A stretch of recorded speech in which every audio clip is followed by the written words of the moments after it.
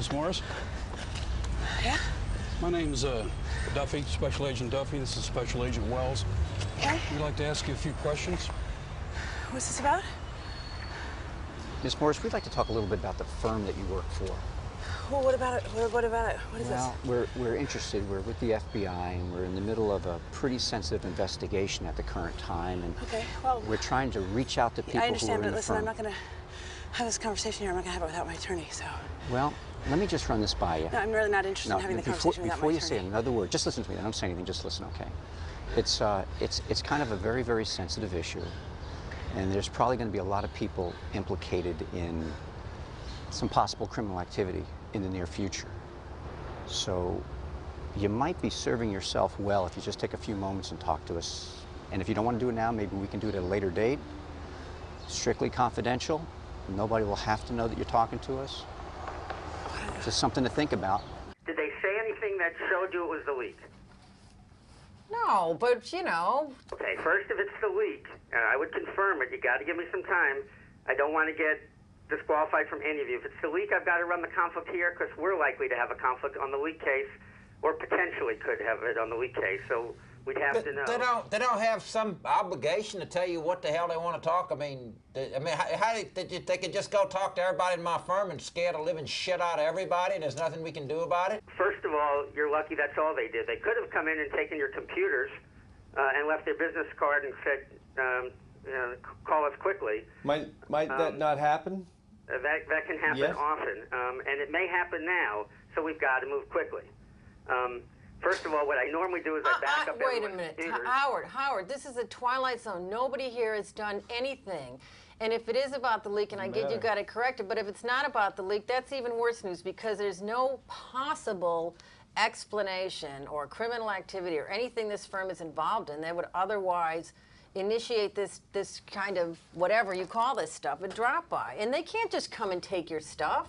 Mary, open your eyes. They had coordinated agents in this day and age, 5 agents dedicated to following you, to knowing where you were, to hitting you on a coordinated schedule. They were hoping to pick one of you off to turn against the other, most likely. They didn't drop by and say, you know, if you can all come into a conference room at Bergensen Lowell, we'd love to sit down and chat with you. They followed you, they picked you off one by one, and right now you were smart enough to recognize there's no good reason to talk to the Bureau without an attorney present. Now the question is, who can represent whom? And we should go slowly. First, we don't know what the subject matter is, and we will find out. Second, we've got to figure out on whose behalf I'm finding out, and I will tell the others. You're saying that the FBI is following us around. They know where we are at all the times. And you're also saying quite clearly to me they're going to try to pick one of us off to rat the rest of us out. I mean, that's basically what you're saying is they're looking for to kind of, they're looking for somebody to try to rat other people out. They went to each of your homes at the same time where no one could call to the other. They went to wherever you're going to be, and they tried to talk to each of you, hoping, which is their biggest success before you get to a lawyer, for someone to say something. Let me ask you something else. They, you know, whether they've been through the rest of... Here they come. Shut up, Tommy. Jeez. We're all freaking out over here. Okay, here's what we're going to do. Did they give you the name of an agent or an assistant U.S. attorney to contact? If not, Yeah. I'll put a call over to the Bureau, find out who is doing it, and find out what it involves. I will report back. The call will simply be to find out the topic area. I will then let you know what the topic area is and circulate a conflicts memo in my firm. After 24 hours, if we don't have a conflict, I will first undertake, just between Mary and James, that is all I'm going to do for now. I want it to be clear to Maggie and Tommy and Francisco, I am not their attorney in case there are conflicts between or among you. It would generally be the advice of a lawyer in my position to tell you, A, destroy no documents. Anything you do on your computer today, someone one day is going to look at what you deleted that day and said, as soon as you got first word of this, someone started destroying documents. So it's safe to say, do not destroy documents. Second, and this is the hard one, I know how you guys work, do not talk among yourselves. Let me try this one more time, then I'll say it, and then you'll ignore me anyway, but at least I've said it. Do not talk among yourselves. Your conversations among yourselves are not privileged. Someday, one of you might be in the grand jury raising your right hand and being asked, what were you told on October 21st after the agents came to your door? And you're going to be faced with saying what one of you said to each other. I will be in touch today with the agents and at least find out what's involved. 24 hours to make sure there's no conflict, and then I will get back to you with who needs a lawyer and what it involves. But let me tell you one other thing. It is not likely that this goes away quickly. 5 agents all of a sudden is a lot of noise quickly and up front, but criminal investigations last years. And the reason I stay up at 4 in the morning worrying about it is so you don't have to do so. I give my clients my home number, I give them my cell number.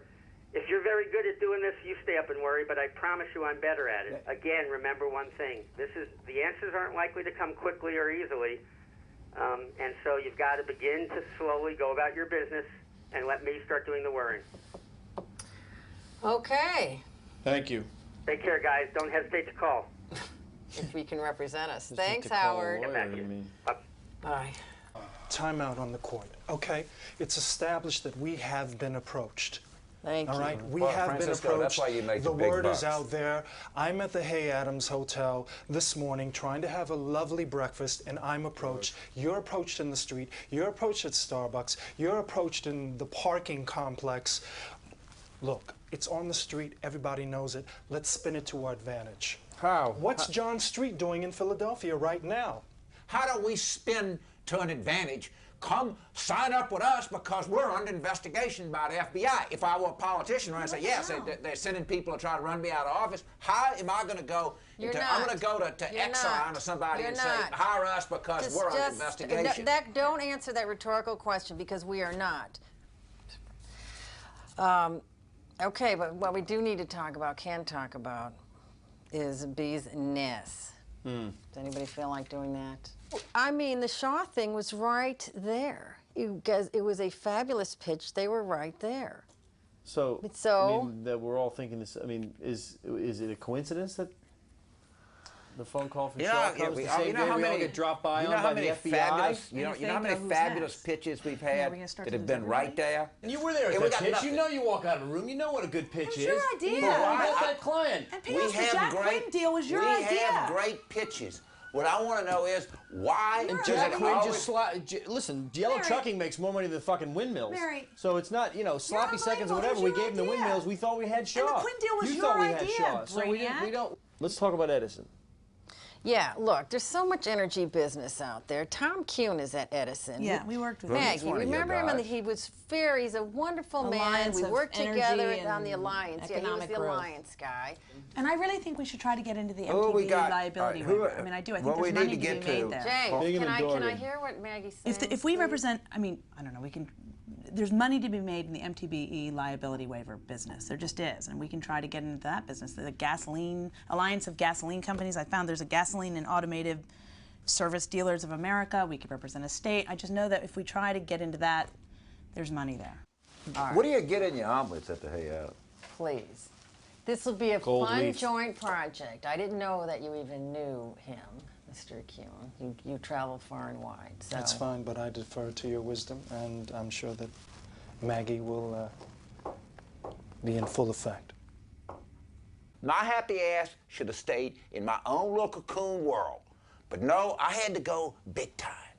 We had to go big time. We had to what, this be is happening to everybody. part of It's the not whole just you. goddamn thing. why- Look why out is there. it It's the always whole about, goddamn shit around here. Everybody If else I'd have has a life stayed where I too. Why was, is this this shit always would have about never you? happened. James, What? go work out. It's not you know just what? about you, and I mean, I understand you're upset, but Yeah, there you go. we all got to get a lawyer. We all got to pay fucking bills, and Thank you, Tommy. Thank you. Whatever, we will make you whole. You guys, if it's a leak thing or if anything, firm thing, we'll all be in this together, even if we have to be in it separately, and we will find a money situation.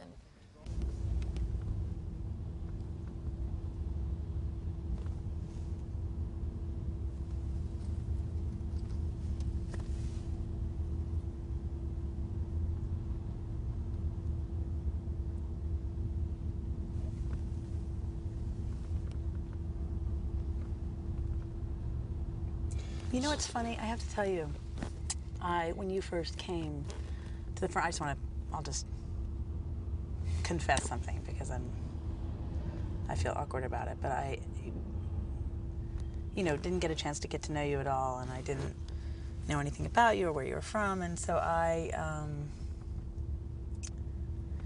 know a man named Gary Maloney who I've used a lot for research, and I asked him if he knew anything about you, and I didn't know if you had heard that or if you. I don't know. I called it off before. I actually called him back and said, forget it. Let me get to know this guy normally. And so I wanted you to know that I contacted him, and it just felt funny. The whole thing felt funny, but I just never got a chance to know you. And anyway, that's what happened. So I thought you should know.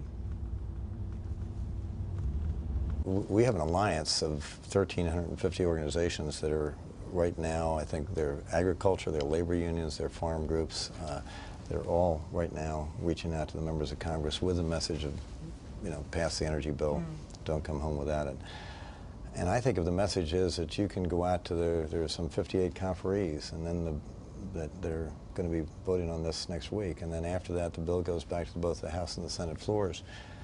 The broad range of contacts that you have, if you can go up there and talk to the leadership and ask them where they're, where they can go, where you can go to help talk to their constituents and, get the word out. That would be, I know you're very good at that. It would be terrific.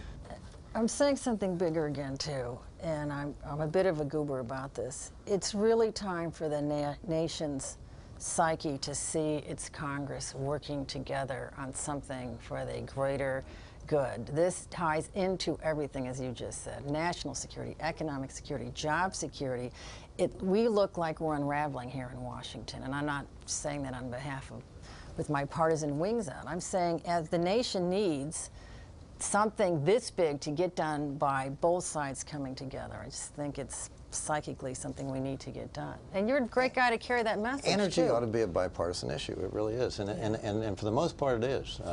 And national security should absolutely, be a bipartisan issue. Absolutely, and I think that we really have a, for that very reason, as you say, the country wants to see something get done here. If you look at the blackout that occurred on August the 14th, you generally say if you want Congress to act, there needs to be an emergency, there needs to be something sensational that happens. Well, the blackout really mobilized the American public that we needed to do something about our infrastructure. We're almost at the finish line. We have a bipartisan bill here that seeks to deal with fuel diversity, that seeks to deal with all aspects of the energy infrastructure, and we need to make it happen. So you're going to help us do that, we can do that. You're going to help us do that? Yeah, I think we can get you over the finish line. Well, as we said, we're at the 5-yard line, and if you can help us take the ball and get it over the goal line, I think that would be very, very helpful, Mary. Mary, there was an interesting item in the Philadelphia Inquirer this morning. If you're going to talk about John Street again, save it. I'm serious. We're not a campaign organization. I just wanted to read something to you of interest that was in the paper this morning. It says, who would have thought that word leaking of a large-scale federal investigation into allegations of corruption in City Hall could boost Street's favorability rating, but it has. The FBI probe and the continuing furor surrounding it has galvanized Street's support. Okay, let me explain this. It's a pretty old trick. Obviously what he's doing is playing the race card. And the biggest, easiest, fastest, most phony way to mobilize his support is to say, the man is after me. So that's what's going on. And if you think that's good public policy, then we have to agree to disagree. Howard. Mary. How are you? I spoke to the prosecutor. I'm pretty good about schmoozing them, and I got nothing. The veil of secrecy is as thick as I've seen. They told me that there is an investigation involving the firm. Since no one spoke to them this morning, we should expect to receive subpoenas, and they asked whether I would accept the subpoenas on behalf of the firm. The subpoenas are going to cover your phone records and financial records and the whole bit, but they would not tell me what they're looking at, who are the targets, who fits in at the firm. I could get nothing. Is that bizarre? You know, they're a tight-lipped organization. Usually they're not really talkative people, but this is tight-lipped even for them. Someone is sitting all over this prosecutor telling him nothing gets out yet. We want to see the firm's records, and we'll talk later. Howard, to use a technical term, that's jive. I mean, this is a nothing investigation going to go nowhere, and we got to turn this office upside down. And you can't promise, although for the moment I can tell these kids that you can represent everybody. You know, I could move to quash it, and all that would happen is we'd ultimately lose it. I'd file papers saying, why are we doing this? And they'll say, grand jury secrecy, I don't need to tell you. For right now... Grand jury? Grand jury? What is going on here? I wish I had more.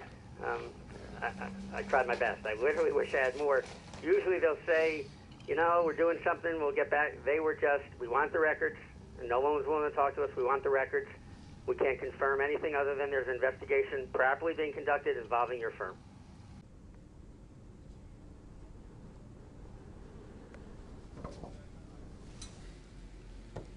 I got to talk to Bergstrom, and I've gotten 3 calls into him. I mean, I think he'd want to know what's going on. I know he would. And I don't know, I mean, I don't know what your relationship is. I don't know where you come from on this, but I really think that if you could call him and ask him to just call me back, and let me give him a sense what's happening to the firm, because the firm is getting all these subpoenas, and it's going to cost us a ton of money out of this. I don't even know if he doesn't need to speak to a lawyer at some point because of the, and I'm not sure, I mean, I went to law school a long time ago, but we got individual culpability. The actual firm itself could have some kind of legal, who knows what it is, some kind of legal exposure. So if you have any way to get in touch with him, to ask him to return my phone call, it would help. It would help a lot. I'll certainly do everything that I can do.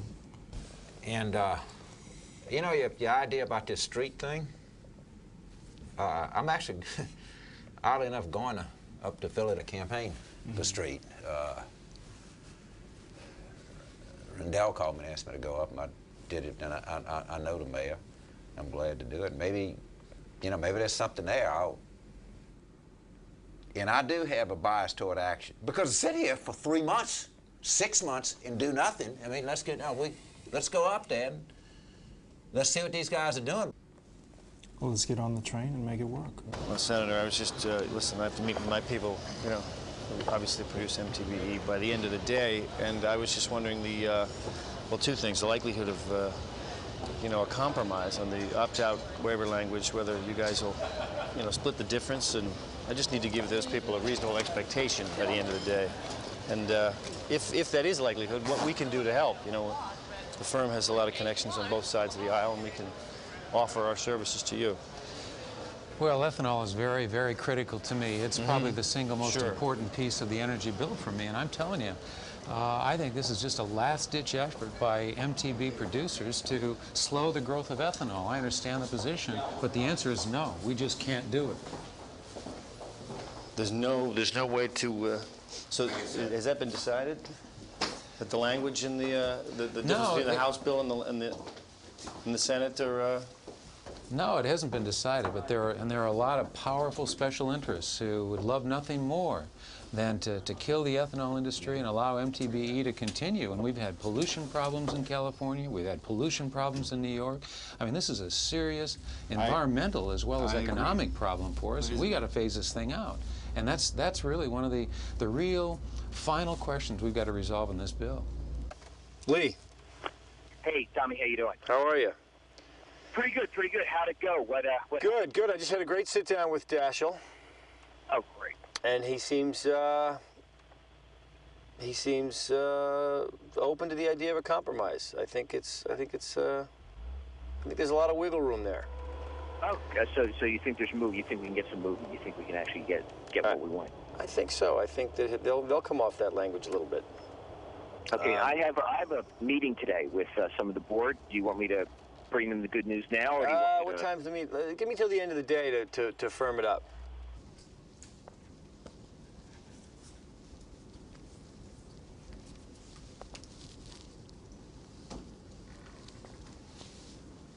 Hi.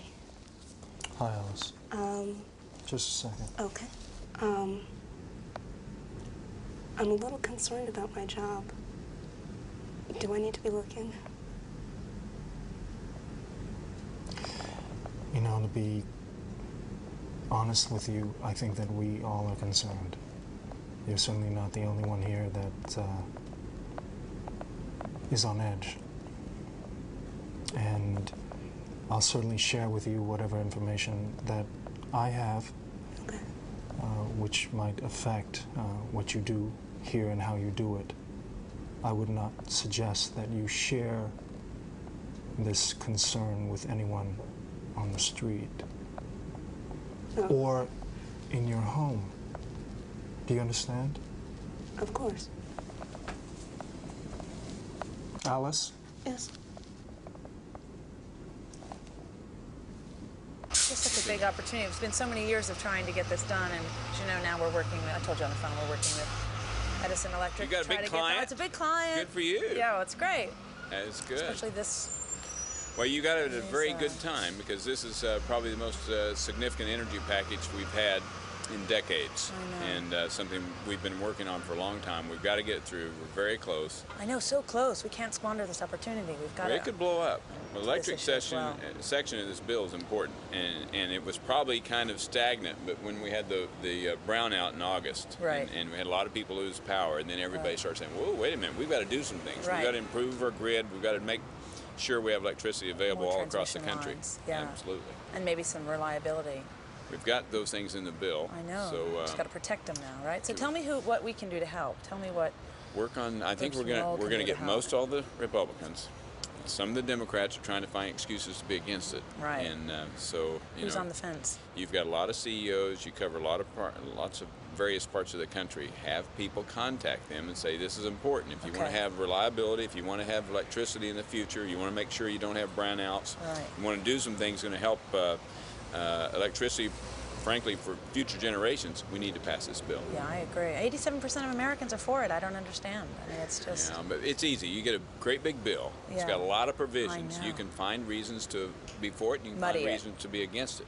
Right. And help give us a shot. We got to get the cleanest bill we can get. We want the best bill we can get. Of course, that's what I meant. And that will help you, it'll help us, it'll help the country. Of course, that's what I meant.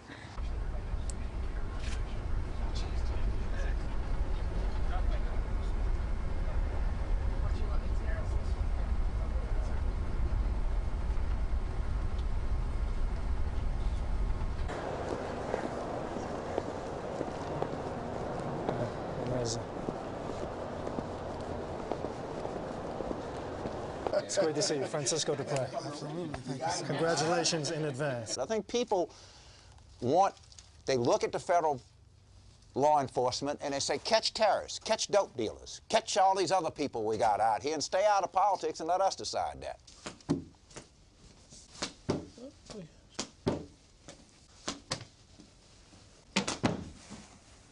Hey. Hey. My assistant just quit. Shauna just walked out. I can't talk to you about it. She just left. She left. She was crying. Crying. Did she say why? She said it was too scary. She said, I'm afraid. This is weird. I'm afraid. Weeping, walked out. Who wants to wait? We're going to wait for Carvel.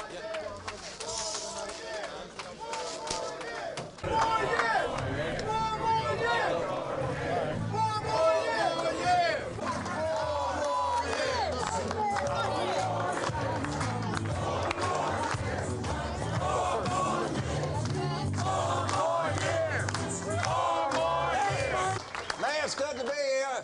Look out there. I see white folks. I see black folks. I see Latina folks. I see straight folks. I see gay folks. I see a Rush Limbaugh nightmare right here in front of me. It's not funny.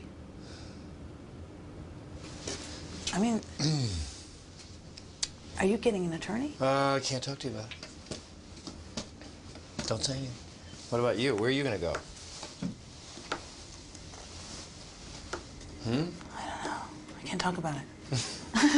I'm a proud Democrat. I come from the party of Bill Clinton, former President Clinton. I come from a party of Governor Ed Rendell. We are all proud Democrats. And let me tell you something. November 4th is going to be a proud day for Democrats in the city of Philadelphia. It's going to be a proud day for Democrats. It's going to be a proud day for Democrats from the top of the ticket to the bottom of the ticket. Because we don't plan to lose anybody. Are you ready? Are you ready? Can we count on you? Thank you so very much. God bless you. Hello. Yeah. Yeah, Lee. Yeah. Can I call you back? And I'm just in the middle of some stuff.